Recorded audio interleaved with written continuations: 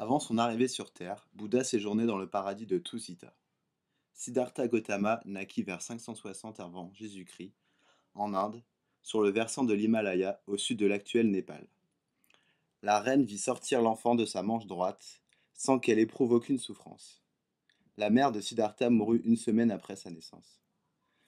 Son père, le roi Suddhodana, tint à préserver son fils de toute vision de la souffrance humaine. Confiné dans son palais, Siddhartha fut preuve d'une grande intelligence et développa des qualités extraordinaires. À 29 ans, Siddhartha se rendit compte que la réalité du monde lui était cachée. En sortant du palais, il fit 4 rencontres décisives. Celle d'un malade, d'un mort et d'un mendiant, figure de la souffrance humaine.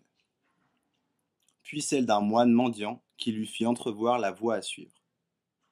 Le prince décida donc de s'enfuir du palais pour choisir l'ascèse.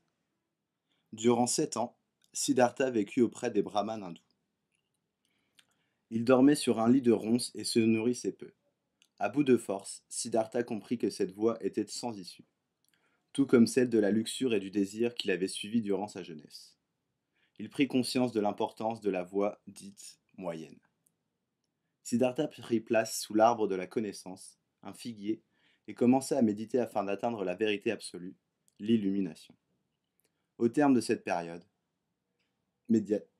méditative, Siddhartha parvint à la connaissance des 4 vérités universelles: la souffrance de l'homme, l'origine de cette souffrance, la suppression de cette souffrance et le moyen de parvenir à cette suppression.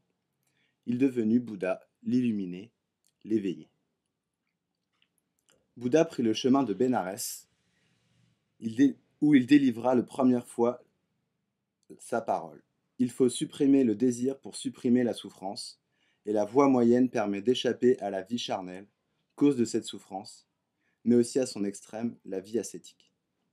Il fit tourner la roue de la loi devant 5 moines, anciens témoins de son ascèse qui s'étaient détournés de lui quand il avait renoncé aux privations.